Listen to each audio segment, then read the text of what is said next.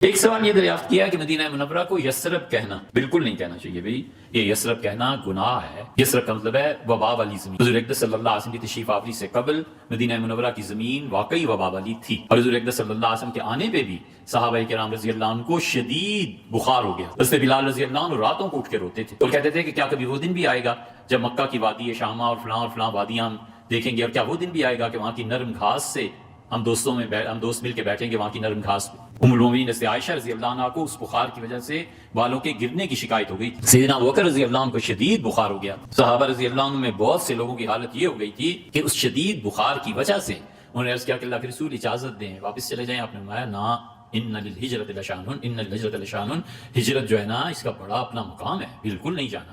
حتیٰ کہ آپ نے فرمایا ایک دن صبح کہ میں نے آج رات دیکھا ایک عورت نے بال بکھیرے ہوئے تھے اور وہ اس شہر میں تھی، پھر وہ چلی گئی۔ عرض کیا اللہ کے رسول یہ کیا ہوا؟ آپ نے فرمایا وہ وبا نکل گئی اس زمین سے۔ تو اس لیے مدینہ منورہ کو اگرچہ بڑے بڑے شاعروں نے یثرب کہا ہے مگر یہ گناہ کی، اسی لیے تو رسول اللہ صلی اللہ علیہ وسلم فرمایا ہے کہ تم میں سے جو کوئی یثرب کہے اسے چاہیے کہ 10 مرتبہ میرے شہر کو مدینہ کہے، یعنی پاک چیز، پاک جگہ۔ اور آپ نے فرمایا کہ اللہ نے اسے تابہ قرار دیا ہے۔ حضور اقدس صلی اللہ علیہ وسلم کی نظر مبارک لوح محفوظ میں گئی ہوگی اور وہاں پہ لکھا ہوا دیکھا ہوگا، اس لیے فرمایا یا فرشتوں نے خبر دی ہوگی، کوئی بھی صورت ہو سکتی ہے، فرمایا یہ طیبہ ہے، یہ میرا شہر پاک ہے، اور فرمایا اس پہ توبہ کرو۔ تو توبہ گناہ سے ہی کی جاتی ہے نا، تو حضور اقدس صلی اللہ علیہ وسلم کے شہر کو یثرب کہنا گناہ کی بات ہے، والعیاذ باللہ۔ رہ گیا آپ کا یہ اشکال کہ قرآن نے بھی کہا یا اہل یثرب، یہ خندق کے واقعے میں آیات نازل ہوئی تھی۔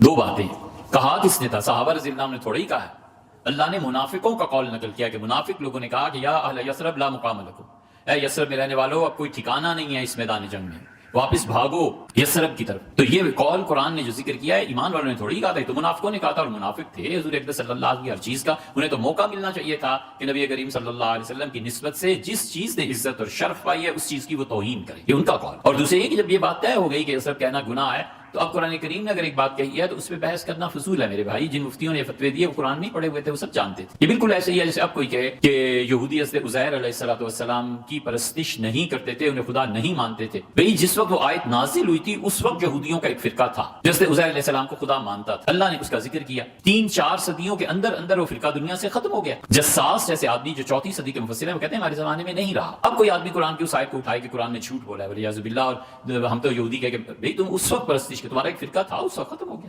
تو اس لیے یثرب کہنا گناہ ہے۔